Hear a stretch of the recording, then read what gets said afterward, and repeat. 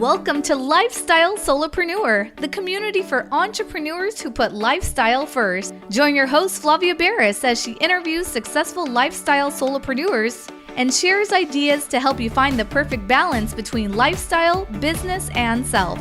Flavia is an attorney, marketing expert, and founder of several online academies. She's been featured in major media, including BBC World News, The Wall Street Journal, The New York Post, ESPN Television, and more. Join us for this episode of Lifestyle Solopreneur. Hey, Lifestyle Solopreneurs. Today we get to speak with Matt McWilliams. Our guest today is a 4-time Affiliate Manager of the Year. Entrepreneurs in companies such as Tony Robbins and Dean Graziosi, Shark Tank's Kevin Harrington, Stu McLaren, Adidas, Ryan Levesque, Lewis Howes, Shutterfly, Michael Hyatt, and Jeff Walker, all household names in entrepreneurial circles, have trusted Matt McWilliams to run their affiliate programs and coach their affiliate teams. He helps online business owners make money as an affiliate and leverage the power of affiliate partners to grow their own business. He is also the host of the Affiliate Guy podcast. Welcome to the show, Matt. Hey, Flavia. Thanks so much for having me. Always great to have and speak with you. I mean, you are a legend in your industry. You definitely are on the tip of everyone's tongue when it comes to affiliates. But there are people listening today who probably have no idea what an affiliate, marketing campaign is or what affiliate marketing might be. So give us the 101 lowdown on what is this field of affiliate marketing and affiliate sales? Yeah. So at its core, affiliate marketing, I mean, it's been around, for 1,000 years, 2,000, 3,000 years. This is something I write about in my book, the idea of, so the book is called Turn Your Passions into Profits, right? And the idea is to be able to take this business, this idea that you're passionate about, and actually turn it into a profitable business. The biggest problem for people is they don't know how to do that. They think that, I have to start creating a product. Well, the problem is your audience, you don't even know what your audience wants. You don't know what kind of product they want. What are they going to buy? What price points are they going to buy at? How do you even sell? You probably suck at selling. No offense, but you probably suck at selling because you just don't know how. It's just like I suck at soccer because I didn't grow up playing soccer and I'm learning. The second option that people go with a lot of times, I know you've seen this, Flavia, is they give away content indefinitely. It's just free content. The thing is, it does not serve your audience not to monetize. And so where we come in is teaching them that, the thing I love about affiliate marketing is affiliate marketing bridges the gap between having nothing to sell and selling nothing at all. I mentioned the free content stuff. Like we're going to give away over 340 hours of free content in 2022. That's almost an hour a day. Podcast, blog posts, videos, webinars, other lessons, no charge whatsoever. I am not saying that you have to give away that much. Creating value for free is a great way to attract followers. It's a great way to serve people who maybe can't afford your stuff. But you have to be in that money-making mindset in your business from day one. Not when you've reached that mythical milestone of you got this many followers or you've published this many posts. And a lot of people teach that. It just really ticks me off. So affiliate marketing steps in and says, okay, I can come in as an affiliate, I can start monetizing immediately. I don't have to create products. I don't have to fulfill the products. I don't have to do any customer service. There's no risk. I learn how to sell. You get to practice selling online. My favorite kind of learning, PTL, paid to learn. You get paid to learn. You get paid to practice. You learn what works for your audience. So you promote these different products. You promote different price points, different sales strategies, different topics, different promo methods. And you start to learn, okay, I promoted this thing and it was $500. This other thing was $50 a month and more people bought the $50 a month thing. And not only that, but I made more money. Maybe that means that the product you need to create is not a product at all, but a membership. I don't know. But you'll learn those things. It trains your audience to buy. It serves your audience by filling in those gaps in what products you offer. But it is absolutely the best way to start off monetizing, not to mention adding other revenue streams. But at its core, really, it is simply promoting someone else's product and earning a commission for it. And like I said, it's been around for probably since the Romans were ruling the world thousands of years ago. You had some Roman dude walk into a deli and introduce the deli owner to Joe, and Joe bought a sandwich and the deli owner said, I owe you one. That's affiliate marketing at its core. So yeah, this isn't something new, right? No. Right. This has been around forever and ever, but we just added technology to it about 30 years ago. That's all.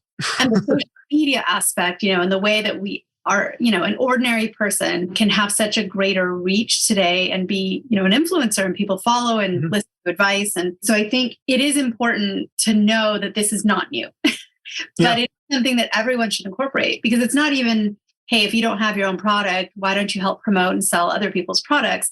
But there are people who have their own amazing, successful products that are selling every day who also do affiliate sales. Yeah, exactly. Like I said, and kind of the last point there, it fills in those gaps. I talk about, one of the concepts I talk about is what I call the affiliate donut.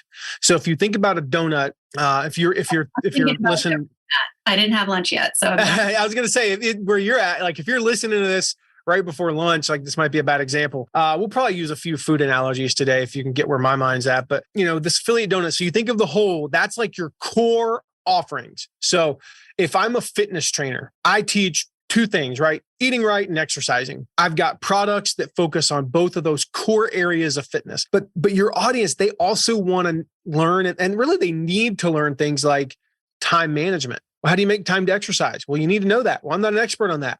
Stress relief, goal setting, productivity, natural medicine, things like that, right? Maybe you're not an expert on those things. You don't want to be the expert on those things. So your two options are basically say to your audience, screw you, I'm not going to help you with any of those things. Or I'm going to go find products and services and people who can help you with these things and help you in those areas. If you're you're a financial consultant, this is one of the examples I use in the book. You're a financial consultant. You teach people how to invest. Well, what about all the things that come before that or that are ancillary to that? The donut, right? The sprinkles, all the stuff on the periphery. They need to learn how to get out of debt. You don't teach them how to manage their money, how to budget. You teach them how to invest. So they need to learn how to budget. What about children? How do they teach their children to get it? You're not going to teach that. You're not going to teach them how to get a better credit score. So you need to recommend somebody who can teach that. What about all the other things like how to start a business? You're not going to teach that, but you can have somebody else. You can promote an affiliate offer that helps them to start a business.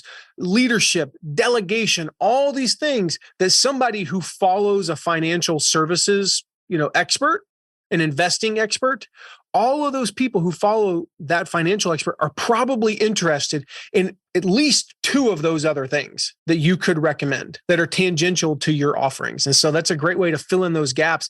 And it ends up serving your audience rather than just basically say, oh, you're in debt? I can't help you there. I can teach you how to invest once you're out of debt. But in the meantime, you're on your own, Sparky. Like that's a terrible way to lead people. So what are some of like the ethical issues? Because I know I once saw someone give a whole talk on, now if you are, this celebrity and you want to promote a certain brand of jeans, you'd have to make it really clear in your social media post, hey, I'm being paid for this promotion, or this is, I'm an affiliate. And if you click on this link, I'm going to get a commission. So your industry's had kind of a lot of, not drama, legal drama. Luckily, there's much bigger fish to fry out there in legal drama. But I think there have been some ethical issues that have come up and have been sort of resolved, and there's best practices. So tell us a little bit about some of that from your perspective. Nothing's new in this world. Like a lot of people said back in 2010, the FTC finally realized in late 2009 that there was a thing called the internet and that it wasn't going anywhere. I don't know if you remember, if you were around back then, but in the very early 2000s, really late 90s, people called the internet a fad. And it's fascinating to think like everything runs through the internet now. Pretty cool fad. We had the .com bust of 2000, I think it was, or the late 90s, you had the .com bust. And so there's a lot of those misconceptions. And so the FTC came around and they said, hey, wait a minute, we have these laws on the books already that say that if you get paid to promote something, you have to disclose it, but we never applied it to the internet. These were not new laws. People were like, oh, the FTC disclosure laws. Yeah, the ones that passed when Theodore Roosevelt was president.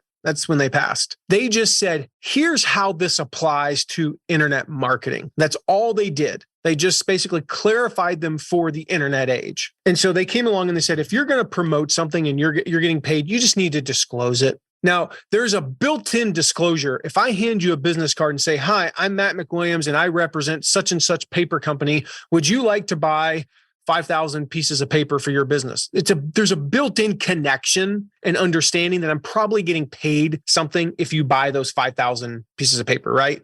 We all know that salespeople are paid on some level of commission. When you go to a car dealership, the person doesn't, the car dealership, the car salesman doesn't have to go, yes, and Flavia, by the way, if you buy this car, just want to let you know that I will receive, compensation for it. It's implied. We all understand that. Society understands it. Society doesn't understand because you're posting about something, you're necessarily getting paid. So they said, you have to disclose that. Now, something like Twitter, you got now 280 characters, 288, something like that. You can't write, and you can't write at the end of every tweet, if you purchase through my affiliate, my link, I will receive an affiliate commission, blah, blah, blah, blah, blah. It would take up all 280 characters. So they said, okay, you need to do something. And hashtag affiliate is enough. So at the end of social media posts, a simple hashtag affiliate suffices. They've written out examples. I've been fortunate or unfortunate, however you want to look at it, to get to spend 16 hours with 2 FTC attorneys and a court reporter who kept calling pay-per-click marketing paperclip marketing in the deposition. Yes, I've been sued by the FTC. It's a very long story, and they ended up dropping it because they didn't have anything on me. It was a competitor who reported me for doing something I didn't do. Long story. Won't even get. That's back in 2011. And so I learned all this stuff. Here's what they're looking for. Did you make an effort? Were you trying to completely hide the fact that you get any compensation for this? So hashtag affiliate on social media is perfectly acceptable. Otherwise, on web pages, I like to make it funny. So I'm in the affiliate marketing industry. So I put, like, if you go to my toolbox page, for example, go to mattmcwilliams.com/toolbox, you can click on it. And it says at the top, like, all of my I don't remember exactly what it says, but all of my recommendations, some of the links you'll see on this page are affiliate links. That means I earn a commission. I teach this stuff. What the heck did you expect? That does not affect my endorsement of these products, So if you can, make it funny. Put something like, hey, if you purchase through my link, not only will you get this extra bonus, there's a little tip for you, by the way, offer bonuses if they purchase through your link. We can talk about that if you want, but not only do you get this extra bonus, but I earn a commission. Not enough to buy my own private island in Tahiti, but enough to potentially, blah, blah, blah, blah, blah, right? So you can make it funny if that's your brand. If your brand's not funny, then just state the obvious. But yeah, as long as you just make an effort to disclose, it's not a problem at all. I wonder if I'm the only person listening to you that when you said, if you are a paper salesman and you sell paper, and by the way, the paper clip versus paper clip. Oh my gosh. Yeah. That's cracking me up. 500 times in that deposition, and I had to tell her to correct every one of them. For the paper company, I totally thought of Dunder Mifflin. And that's funny because I'm drinking from a Dwight Schrute mug right now. Oh, gotta love that. That is amazing. That says false. And then on the backside is is Dwight's tie with his badge, his Dunder Mifflin badge. That's a perfect mug right there for sure. Yeah. So affiliate marketing, this is what you do, but what exactly, other than doing affiliate marketing yourself, are you teaching it? I know you have your podcast. Like, how did you get where you are now, and how did you become so deeply entrenched in this world? I mean, there had to be a moment where you knew nothing about affiliate marketing, and then there was this journey, and now you are known as like the expert guy. So how did that journey look for you? Kind of indirect. The reality is, I thought when I got into kind of the online blogging, podcasting world, I thought that my passion was leadership and personal development. So I had a blog, same website, mattmcwilliams.com, for a few years. What I realized was my passion was really helping people start and grow their online businesses. And I had people for years saying, Matt, you got to teach this affiliate stuff. You got to teach people all this stuff about how to run affiliate programs. And, you've run all these big launches. And, we like you said at the beginning, we've worked with some of the biggest names in the world, Brian Tracy, Lewis Howes, Jeff Walker, Tony Robbins, Michael Hyatt. I mean, the list goes on and on. You got to teach this stuff, man. You got to teach people how to run their affiliate programs, because I built my first affiliate program from nothing, out of desperation, into $1 million a month affiliate program in less than 18 months. You got to teach people how to do that. You got to teach people how to do the affiliate marketing. These people there's so many people out there. Like, this is what the book is all about. Like, there are so many people out there. They are passionate every day when they wake up. They're like, Matt, I'm changing the world. I'm having an impact on people, but I'm not making any money. So I can't keep doing it. And so we see so many people, like, the world is losing out on their message. And whatever it is, it's an important message. But if you're not making any money, you can't sustain it. And so Matt, you got to teach people. And I said, I don't want to be the affiliate guy. I don't want to be the affiliate guy. No, man, I got bigger plans. I'm going to be Tony Robbins. I want to change the world. I can't change the world doing affiliate stuff. I don't want to be the affiliate guy. So I said it over and over. There's a reason why my podcast is named The Affiliate Guy. It's because one evening I had helped, I was walking down the stairs and I had helped my friend Dana Abraham. She's in the parenting niche. She had a course called Calm the Chaos. A couple weeks before her launch, I said, Dana, do you need help with this thing? Like, it sounds like you're kind of struggling with your affiliates. She's like, yes. I said, okay, and this is a couple of weeks before the program. You normally don't work with a client inside of 8 months. Okay. But I said, you're a friend. Can I just help you? Maybe I can help optimize this thing. Your last launch was $125,000. Maybe I can get you to like 175 and I'll help you out a little bit. And so I came in and I helped her out, coached her affiliates, did some trainings with them, had some calls with them, did what we do. This is my jam. This is the same stuff we've done for all these other people. And I helped her out. And yeah, she went from $125,000 launch to over a $300,000 launch. And I'm like, man, that's great impact. I helped all these people. We helped one affiliate. She had a goal of 5 sales. She made over 40. Helped an affiliate who the previous launch had made 0 sales, made 17. Helped another affiliate go from 30 to over 70. We helped all these entrepreneurs, people who had made 2 sales before, they made 10. Things like that. And I helped her go from 125 to 300,000. And so my mind went to like, who did I help? I helped entrepreneurs. I helped my people. I helped her. I helped these other entrepreneurs. And then I was walking down the stairs one night and we'd had one of those bedtimes, Flavia, where it's like one of the dream bedtimes for parents where both kids were nice to each other. It was peaceful. It didn't take forever, but it still, we had those moments and both kids gave me a big hug. And I left my daughter's room and I got halfway down the stairs and it hit me like a ton of bricks. And I said, oh my gosh, there are other parents tonight having this same feeling because of what I did. I don't teach parenting. I'm not a parenting expert. I just helped a bunch of entrepreneurs do better at affiliate marketing. Can you think of anything that could impact the world less than teaching affiliate marketing and helping someone run an affiliate program? I can't. It was what I did is not that monumental. It wasn't even hard for me. I could have done it in my sleep. I only spent like an hour and a half a day helping her out for 4 weeks. I didn't even spend the 8, 9 months, a year that we usually spend with clients. I barely scratched the surface of what I can do. And it completely changed the lives of hundreds of parents and potentially thousands of children. And I was like, oh my gosh, that's what being the affiliate guy is. So that name, The Affiliate Guy, that podcast, it's actually has nothing to do with branding. It's become a brand. People introduce me all the time. They send emails. They're like, you got to know Matt. He's the affiliate guy. I didn't. I wish I could say I was really smart and did that on purpose. It was actually, I named it that because it's a reminder every single day of when all those years that I said, I don't want to be the affiliate guy. I can't make an impact doing this little thing. That's why I named it that. It was a reminder to me. And so that's how I ended up getting here. Was I developed a skill. I developed some systems and some ideas and some strategies around how to build and grow, start, grow, and build an affiliate program, how to, help affiliates, how to teach affiliates. And then it became a business. That's amazing. What a great story. I mean, I've always found that the hardest thing about being really good at what you do and sort of reaching the top of your niche, your industry, is that everybody then wants you to help them. And so you get pulled in a lot of directions. A lot of offers are made for clients. People want you to work with them. And it's really hard to sort of not start losing all of your free time where you're no longer able to do that good night routine because you're working on like 10 new accounts that came in and 10 new for clients. How do you stay sane? Because clearly you prioritize family for yourself, right? And your time with your family. But what do you do? Because it's hard to be an entrepreneur. There's a lot of demands on our time. And when you're good, I feel like there's even more demands. For me, it comes down to communication. We're in a very busy season right now. Like I'm doing 3-4 podcast interviews a day for this book launch. We're doing, I'm running, we've hired 3 new people this year. So we've grown our agency from 2 to, 5 affiliate managers. We're taking all the knowledge out of my head and putting it into the heads of, into playbooks and, our revenues skyrocketing and just everything in the business is growing. The number of clients, the number of team members, my responsibilities, the drains on my time. I used to be so proud. I had 3 hours of meetings a week. I'm in meetings almost 20 hours a week. And then I'm in interviews and things like that, 15. I don't have a lot of time to work. So I have to make that time.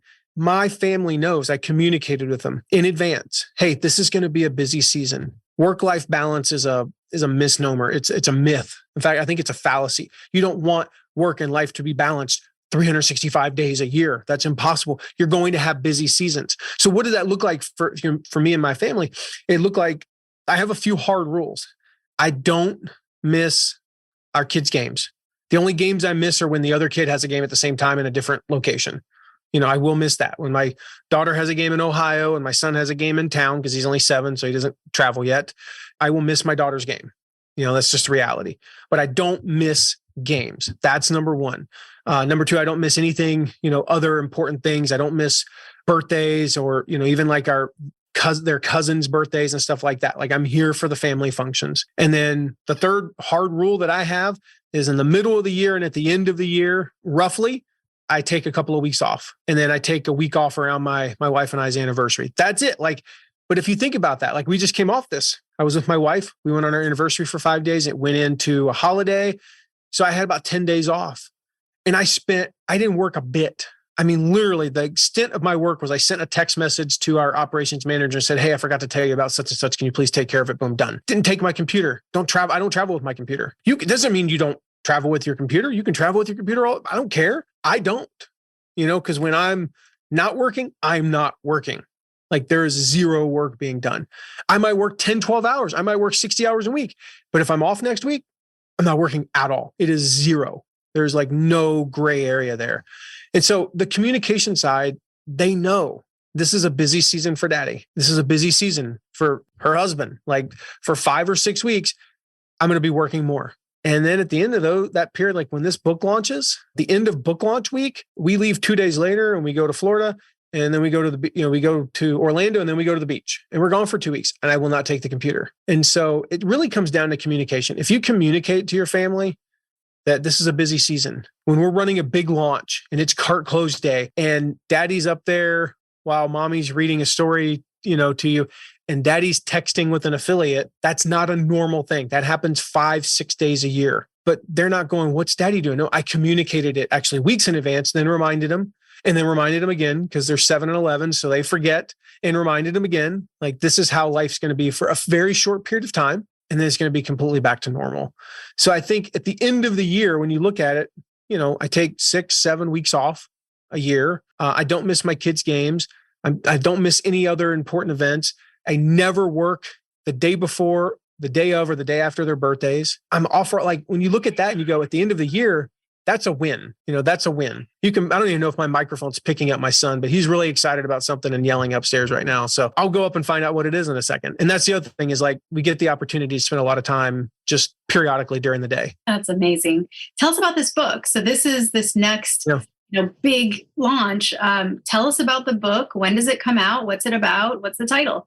Yeah. So it's called Turn Your Passions into Profits. This has been a journey of about 8 years. The idea originally was 8 years ago, again, because what I have found in my experience coaching and working with over 300,000 entrepreneurs, basically they tend to fall in one of two areas. The first side is they're super passionate about, I mentioned this earlier, they're super passionate about what they're doing. They're making an impact.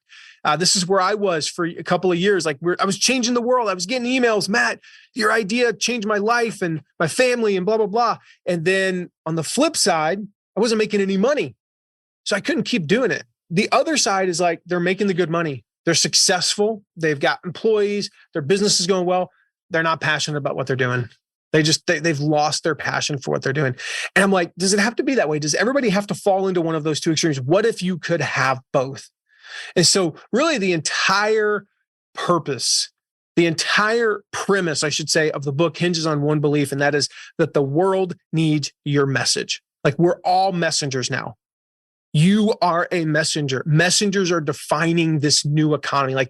The economy is so different than it was just 10 years ago. It's different than it was 3 years. It's different than it probably going to be in about 5 minutes. The economy is going to shift in 5 minutes. By the time this airs, the economy will have changed. That's the reality. And so we're always going to have this, we're always going to have the things going on, the societal pressures. We're always going to have bills to pay. We're always going to have people calling us, the crazy dreamers and the naysayers and all that, our comfort zone, telling us that we can never make a difference. But listen, the world needs your message, but it's not going to wait passively or patiently for it. The world needs your message, but it's going to move on without it. And so the whole book hinges on the belief that there are potentially hundreds of thousands or even millions of people in the world desperately waiting for you to share your message. But if you don't share it, they're going to go find somebody else. And so it takes you through from step 1 to step 10, how to clarify who you help.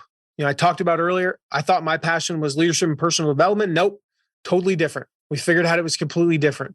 So how to get clear on your passion, how to be a leader, how to commit to leading, how to capture that attention from people. It's a noisy world. I write about in the book, like one of the quotes that's kind of stood out with everybody is, getting noticed has never been easier, but standing out's never been harder. They go like, it's an indirect correlation, right? Or direct correlation. Getting noticed easy, standing out hard. It used to be really easy to stand out in your hometown if you could throw a football or something. But today, who cares? Standing out's really hard. Getting noticed, it's never been easier. Then we convert them into, subscribers. We build that community. We become a hero to our audience. We create raving fans. And then the last 3 steps are super important because we got to condition our audience. We have to teach them what we expect them to do. Hey, we expect you to open the emails, read them, click on links, buy stuff periodically. And then we commit to monetizing. We've got to turn this into a profitable venture, or we can't continue to do it very long. I mentioned you're going to burn out one side or the other.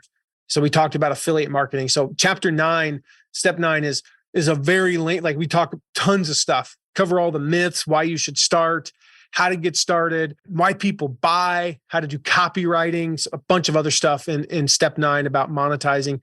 And then the final step is all about content creation. Just how do we keep that content engine going so we can continue to attract new people, the purpose of content, what it is and what it isn't, and how to come up with new ideas for content and create it. So that's the whole path of the book. It takes you straight down through all the steps from kind of this idea of this message you have down into a profitable business that can sustain for the long term. How do people find this book? So share with us, for people that are listening that are feeling super inspired, super motivated, want to get their hands on that book and learn from you. Where do they go? Yeah, the best place is passionsintoprofitsbook.com/Flavia. So passionsintoprofitsbook.com/FLAVIA.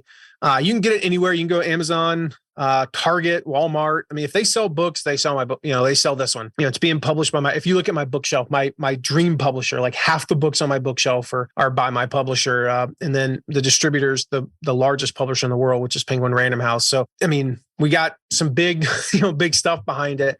You can buy it anywhere, but the best place is there, passionsintoprofitsbook.com/Flavia, because we've got tons of special bonuses there for your listeners.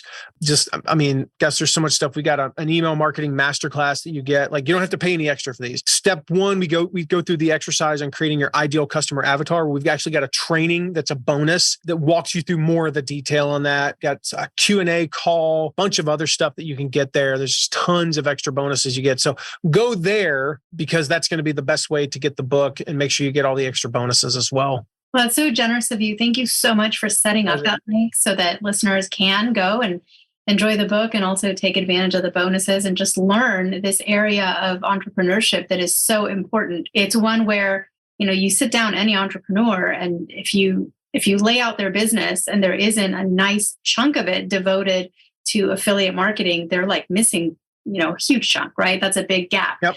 So, get on this for sure. Matt, as always, so great to speak with you. You are amazing at what you do. Again, like you mentioned, you help so many people by helping the entrepreneurs who are out there spreading these amazing messages, whether they teach parenting or fitness or whatever it might be. By promoting them, you are getting that message further out into the world. And that's what it's all about these days, is just making this world a better place, helping kind of elevate humanity and our experience here on this planet. And for all of that, I thank you very much for the service that you're doing. Well, thank you, Flavia. Thanks for having me.